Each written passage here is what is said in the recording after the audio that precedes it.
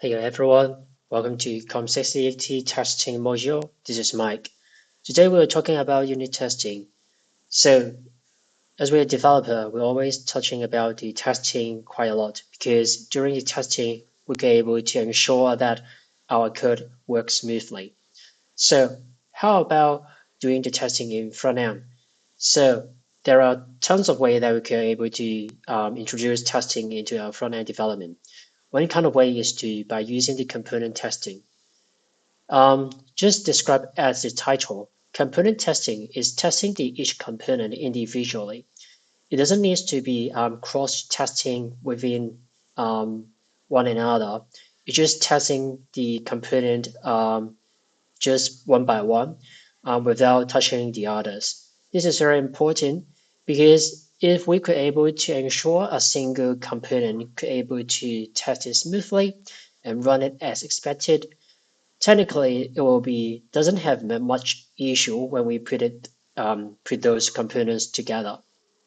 So in short, we are not trying to make a flow to test the entire path or the entire website in just for testing.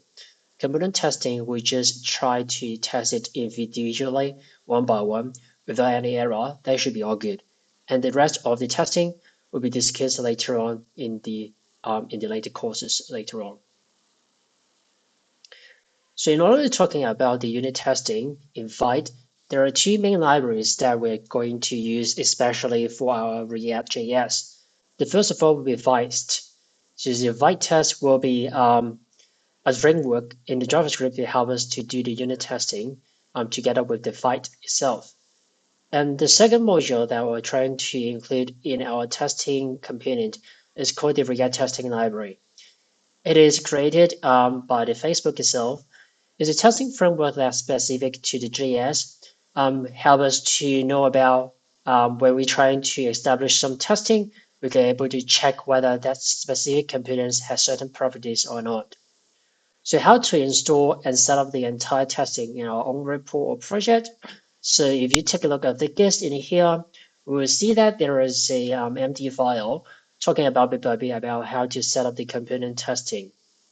So first of all, after we have created a project, we have to install the Vite test together with the other testing framework. So first of all, let us try to install the Vite test. So this is the Vite project that I've just created freshly. So first of all, if we go into the Vite project itself, try to install the Vite test.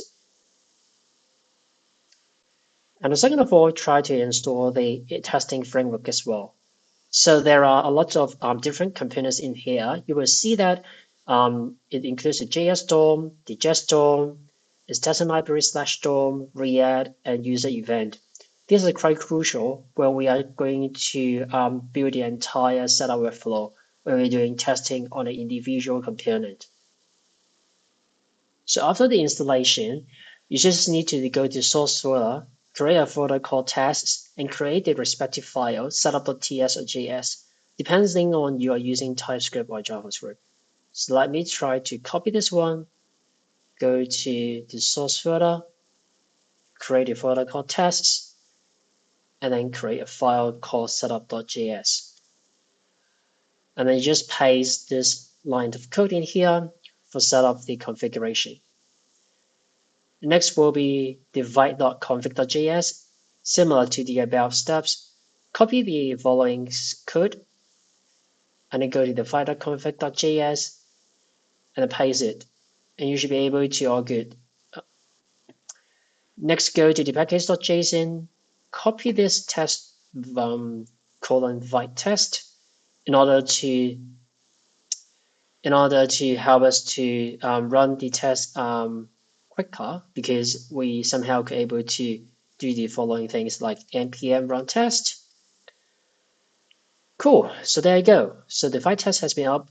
In the sense that no test files found, exiting with code 1. It is normal because we didn't have any test file so far. So let's try to set up a file called app.test.jsx, because we also have the app.jsx in here. Just try to test it out. At the meantime, you can see the console has been updated because it is hot loaded, reloaded. So it could enable you to reload the entire unit test without any refreshing or running the test script again. So let's scroll down a bit and copy this line of code. This is like a very simple example to illustrate how we could able to do a testing in front end.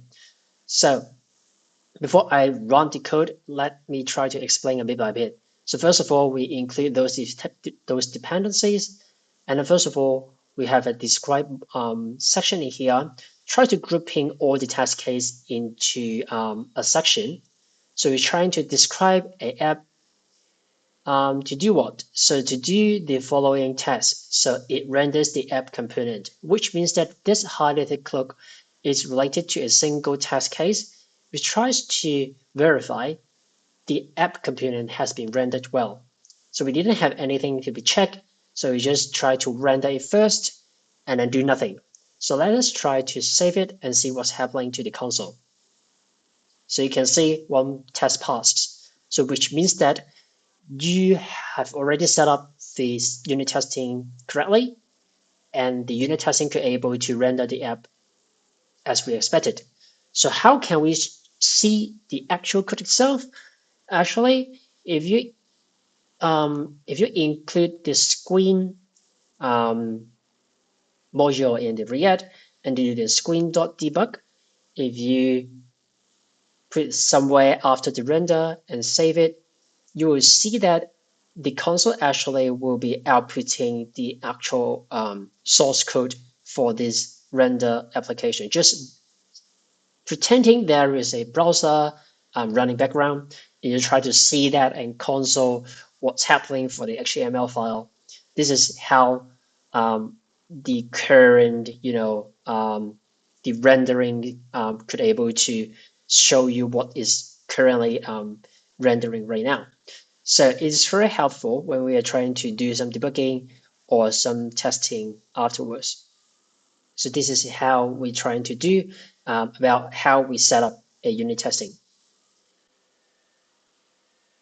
So let's try to do some testing with some examples. So take a look at this simple custom button JSX. So we have a custom button which has three parameters.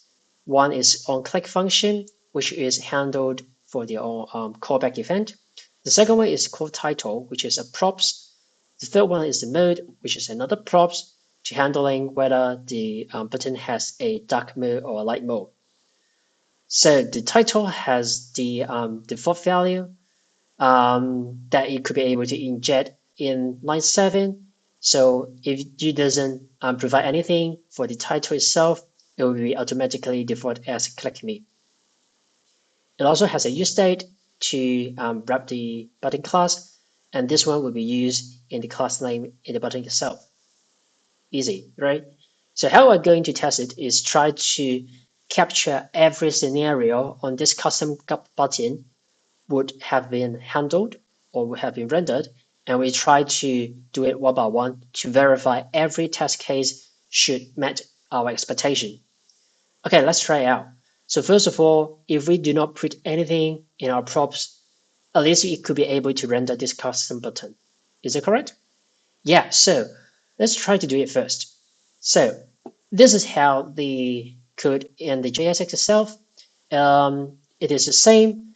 Let's try to run it again. And you will see that. Okay, so there you go. So this is only one test case by having a custom button in here. So if you render it, you will see that it could be able to render well, doesn't have any crashes or issue.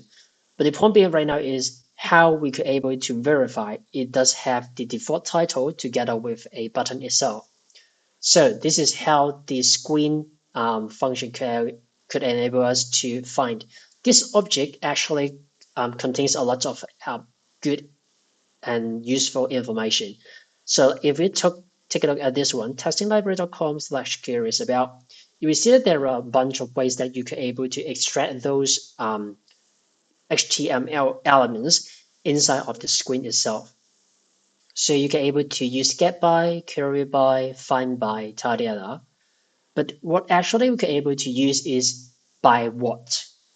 There are a few ways that we could able to capture those elements using by row, by test, by alt test, by title, or by test ID. But normally we're trying to use by row because it could able us to narrow down which items or which tag elements we are trying to ask for. So if you can see get by row, we're expecting a row as a parameter, which is a string. So the row, unlike tag will be like a p tag, div tag, button tag, but the row will be something different. So you have to check it out on this link about the table, about what elements would have their rows in here. So if you open this website, and you will see that there is a mapping, say that the HTML element would have what kind of row in here. So if we scroll down to look for a button tag, you will see that the row actually is the button. So in this case, by putting the row equal to button, I could able to extract the button elements in our screen. So in this case, we could able to do something like this. Screen.get by row together with a button. This is the row itself. So this one, let's try out on here. So this element equals to screen.get by row button and try to console.log of the element. If we save it, you will see that actually it is a HTML button element. It is what we expected, right? Because we're trying to extract the button itself.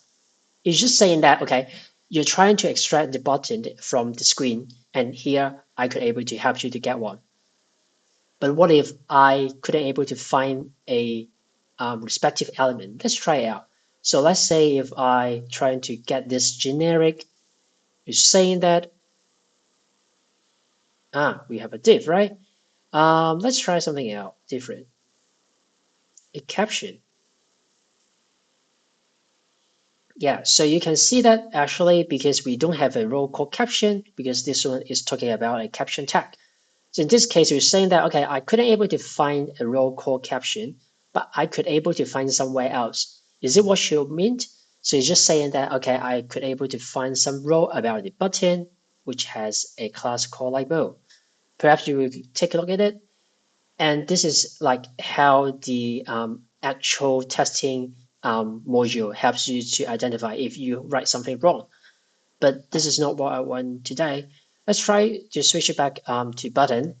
And because we extracted the actual element, we actually want to test it if it is exists on our screen itself, rather than just like if the element exists, it doesn't have an error, because there are handy ways that we could able to do.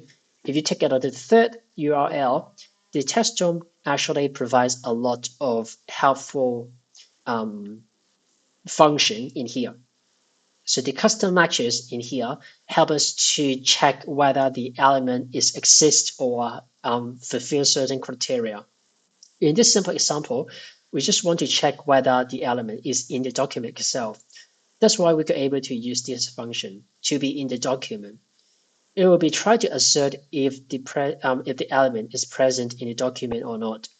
So just try to do something like this. Expect screen.get by row with a button dot to be in the element. It's just saying that, okay, we are expecting this button is to be in the document. It's just like plain English. Try to read it from left to right. Another way is like if we have a multiple button, how can we extract the desired button? Because we couldn't able to find the second button, right? So in this case, you can able to pass several parameters in here. The second parameter that with a key call name will be able you to extract the button with the name which is the value itself called click me in here. So you're just saying that you try to narrow down the selection query and try to get the exact button that you want to have and check it. So in this case, you also want to check whether it is in the document or not.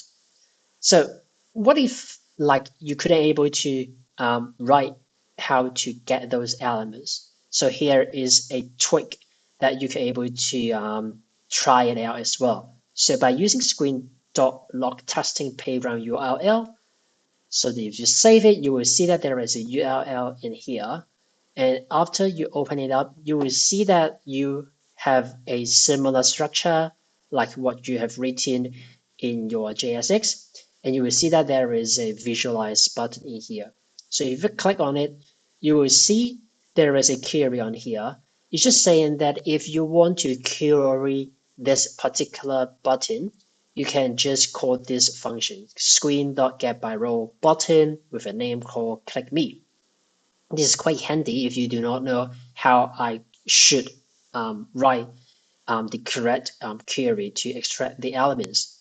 But they also have like the test. If you click on it, you could able to get by test as well or get by the other things.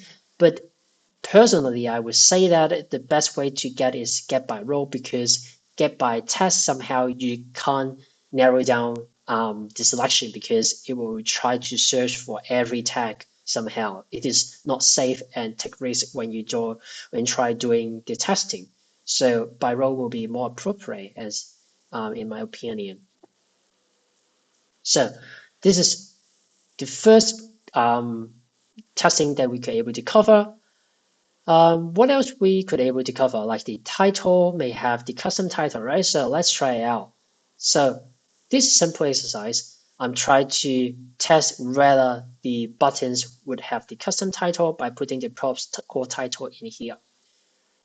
Similar to the above test, instead of getting the test called the click me, we could able to get the test name by a custom title, and it should be able to help us to find out, okay, the custom button works well so far. Next, we would like to test the mode as well, because this mode will link to this state, and this state will be used in here. So we try to find out whether we put the mode by default. The class should have the button, the button should have a class name called delight mode, right? So we have to check whether the button has the class with delight mode has inside of it. So how we should be able to test it is by using this one. So after we have extract the button itself, there are another function that it could be able to get is to have class. It will be returning Boolean saying that whether this light mode is inside of that particular element. If yes, that will be returning true. If not, that will be asserted. So this is how it could be able to test with the class. And also because we have the that mode can be set it in the mode props, we still could be able to test it in here. Instead of putting a light mode, we change it to the dark mode. But then we still need to find and verify the night mode doesn't exist in our class as well. So in this case, we could check it in the opposite way. Instead of to have class, we can use not to have class, like not dot to have class. That we're trying to say that, okay, try to extract that button and try to make sure it is not having a class called light mode.